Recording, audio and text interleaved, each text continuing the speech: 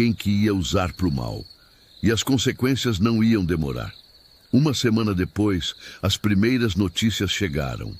Lúcia tinha aberto uma casa de trabalhos numa cidade vizinha. Cobrava caro, fazia qualquer tipo de serviço, não importava se era para prejudicar alguém. E o pior, estava usando o nome de Dona Quitéria, dizendo que era discípula dela. Eu ensinei aquela menina tudo o que sabia, Dona Quitéria disse para o padre da cidade. E agora ela está usando para fazer maldade. Padre, eu quebrei o pacto sem querer. O que vai acontecer comigo? O padre tentou consolá-la, mas Dona Quitéria sabia que não havia consolo. Ela tinha falhado na missão mais importante da vida dela. 2 meses depois, chegaram notícias piores. Lúcia estava fazendo trabalhos cada vez mais pesados, cada vez mais perigosos. Já tinha separado 3 casamentos, já tinha feito uma mulher ficar doente, já tinha amarrado um homem que quase enlouqueceu. E cobrava cada vez mais caro. Mas as entidades que protegiam Dona Quitéria não iam deixar passar. Uma noite, a velha benzedeira acordou com um vento estranho na casa. Um vento que não mexia as cortinas, mas gelava até os ossos. Quitéria. Uma voz sussurrou no escuro. O pacto foi quebrado. Eu sei, ela respondeu tremendo. Eu sei que errei. O que vocês querem de mim? Você deve consertar o que foi quebrado. Deve parar a menina antes que seja tarde demais. Mas como? Ela não me escuta mais. Você sabe como. E Dona Quitéria sabia mesmo. Havia um jeito de quebrar o poder que Lúcia tinha recebido, de fazer com que todos os trabalhos dela voltassem contra ela mesma. Mas era perigoso. Podia custar a própria vida. No dia seguinte, Dona Quitéria começou o ritual. 3 dias e 3 noites, sem comer, sem dormir, só rezando, só trabalhando para desfazer o mal que tinha sido feito. No 3º dia, ela desmaiou de exaustão. Quando acordou, soube que tinha funcionado. Lúcia tinha aparecido na cidade vizinha, completamente louca, gritando que elas estavam atrás dela. Todas as maldades que ela tinha feito voltaram para ela multiplicadas. Os casamentos que ela tinha separado, ela nunca mais conseguiu manter um relacionamento. A doença que ela tinha botado numa mulher pegou nela mesma. A loucura que ela tinha causado num homem virou a loucura dela. Internaram Lúcia num hospital psiquiátrico e ela nunca mais saiu. Ficou lá repetindo sempre a mesma coisa. Eu quebrei o pacto, eu quebrei o pacto. Dona Quitéria viveu mais 5 anos depois disso. Nunca mais ensinou ninguém. Nunca mais passou o conhecimento adiante. Quando morreu, em 1994, levou todos os segredos com ela. Diziam que na hora da morte, ela sorriu, porque finalmente tinha cumprido o pacto até o fim. E sabe o que aconteceu com a casa onde Lúcia morava? Nunca mais ninguém conseguiu morar lá. Todo mundo que tentava ficava doente, tinha pesadelos ou simplesmente fugia no meio da noite. A casa está lá até hoje, abandonada, com as plantas do quintal crescendo selvagens. O povo da região diz que ainda dá para ouvir Lúcia gritando à noite. Eu quebrei o pacto, eu quebrei o pacto. E quem passa por lá sente um frio na espinha, um peso no peito, como se tivesse alguém pedindo perdão. Essa história me ensinou uma coisa, meu filho. Conhecimento é poder, e poder vem com responsabilidade. Quem recebe um dom para fazer o bem e usa para fazer o mal, paga o preço. E às vezes, o preço é alto demais para pagar. Dona Quitéria errou ao confiar em Lúcia, mas no final, ela consertou o erro. Pagou com a própria vida para proteger o povo da maldade que ela tinha, sem querer, soltado no mundo. Relato 5. A festa que virou tragédia. Meu filho, essa história aqui aconteceu numa fazenda grande, lá perto de Lusiânia, no ano de 1983. Era a fazenda do coronel Argemiro, um homem rico, poderoso, que tinha muita terra e muito gado. Todo mundo na região conhecia ele, uns com respeito, outros com medo.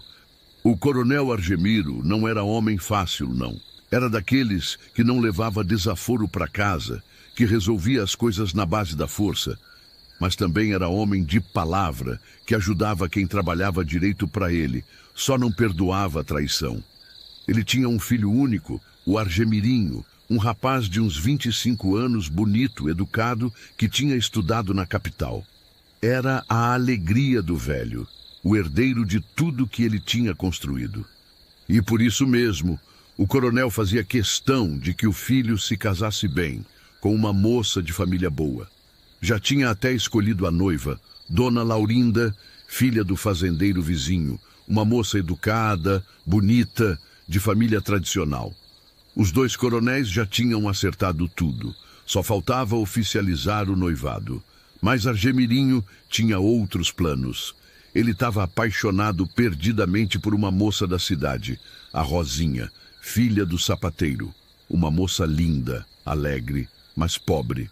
E na cabeça do coronel Argemiro, isso não podia ser. Meu filho, você vai casar com a Laurinda e pronto. Não quero nem ouvir falar dessa outra aí. Você não vai jogar fora tudo que eu construí por causa de um capricho. Mas, pai, eu amo a Rosinha. Não posso casar com uma mulher que não amo. Amor? Que amor, menino. Você vai aprender a amar a Laurinda. Casamento não é por amor, é por conveniência, por união de famílias. Argemirinho tentou argumentar, mas o velho não queria nem ouvir. E para mostrar que estava falando sério, marcou a festa de noivado para dali a um mês. Uma festa grande, com gente importante de toda a região. O rapaz ficou desesperado, não sabia o que fazer. Não queria desapontar o pai, mas também não conseguia imaginar a vida sem Rosinha. E foi quando ela deu uma ideia. Por que você não foge comigo? A gente casa escondido e depois enfrenta as consequências. Você não conhece meu pai, Rosinha. Se eu fizer isso, ele é capaz de qualquer coisa. Então a gente finge que aceita a festa, mas na hora H, você me leva embora. Na frente de todo mundo. Assim ele não pode fazer nada. Era um plano perigoso, mas Argemirinho estava tão desesperado que topou. Combinou com Rosinha que ela ia aparecer na festa, bem na hora da oficialização do noivado, e os dois iam embora juntos. A festa foi marcada para um sábado de setembro. O coronel Argemiro não poupou dinheiro. Contratou os melhores músicos da região, mandou fazer comida para 300 pessoas, decorou a fazenda toda. Ia ser a festa do ano. Veio gente de todo lugar, fazendeiros, políticos, comerciantes, autoridades, todo mundo bem vestido, todo mundo importante.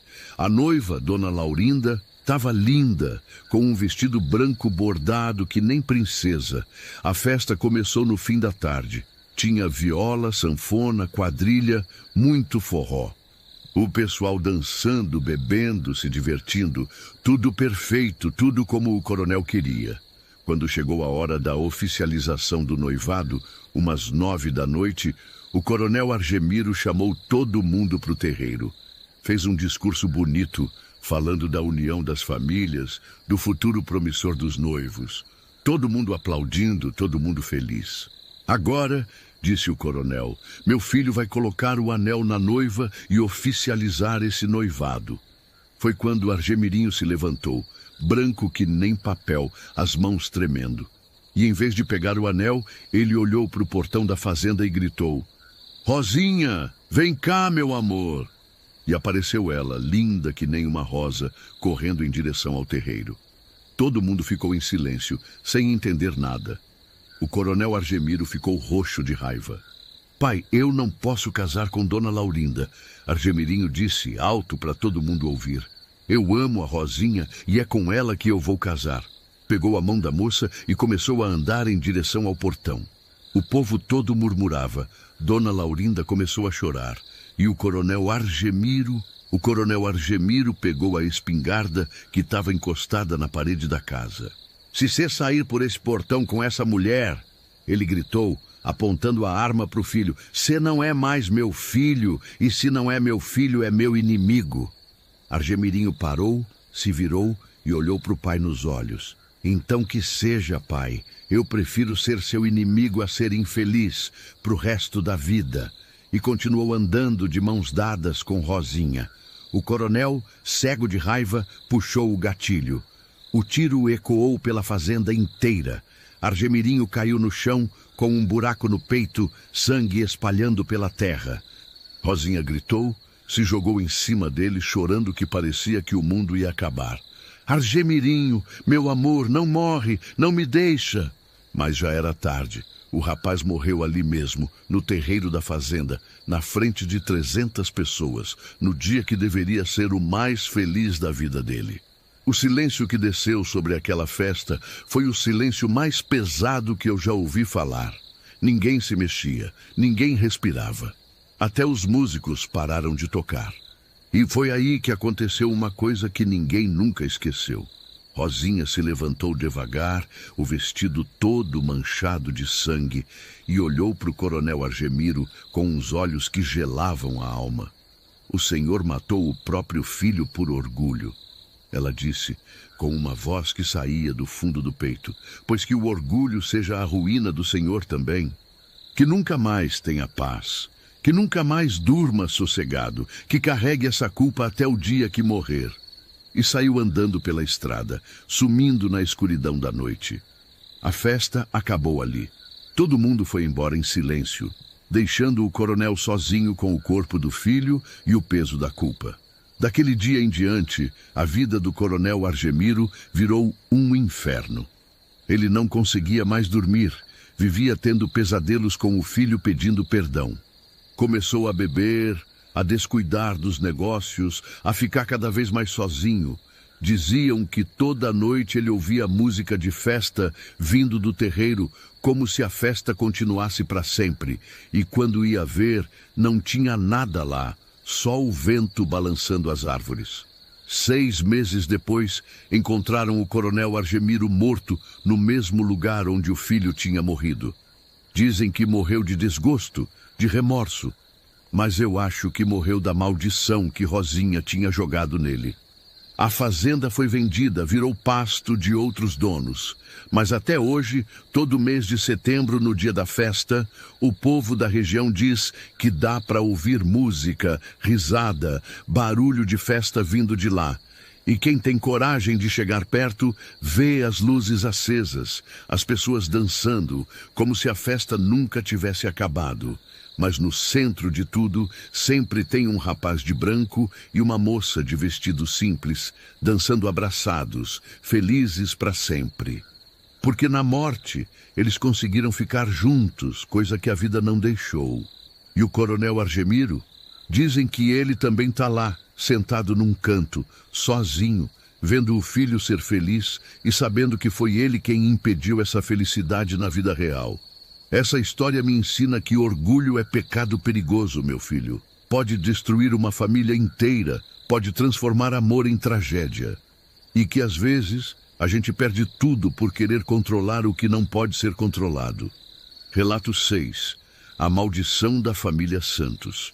Meu filho, essa última história que eu vou contar para vocês é a mais pesada de todas. Aconteceu com uma família que eu conheci pessoalmente, lá em Cristalina. A família Santos. Era uma família grande e trabalhadora que vivia da agricultura e criação de gado. O patriarca era o seu João Santos, homem direito, trabalhador, que tinha construído tudo com o suor do próprio rosto. A mulher dele, Dona Maria Santos, era uma santa de mulher, sempre ajudando os necessitados, sempre com a casa aberta para quem precisasse. Eles tinham 7 filhos, 5 homens e 2 mulheres. Uma família unida que trabalhava junta, que se ajudava mutuamente. O povo da região tinha respeito pela família Santos, porque eram pessoas honestas, de palavra. Mas em toda família grande, sempre tem aquele que nasce diferente dos outros. E na família Santos, esse alguém era o caçula, o Zé Pequeno. Desde criança ele era rebelde, mentiroso, preguiçoso. Não gostava de trabalhar, só queria saber de festa, de bebida, de mulher. Seu João tentava corrigir o menino, mas não adiantava. Zé Pequeno não escutava conselho de ninguém. Fazia só o que queria. Conforme foi crescendo, foi ficando pior. Começou a roubar dinheiro da família, a vender as coisas de casa para comprar cachaça, a trazer problema para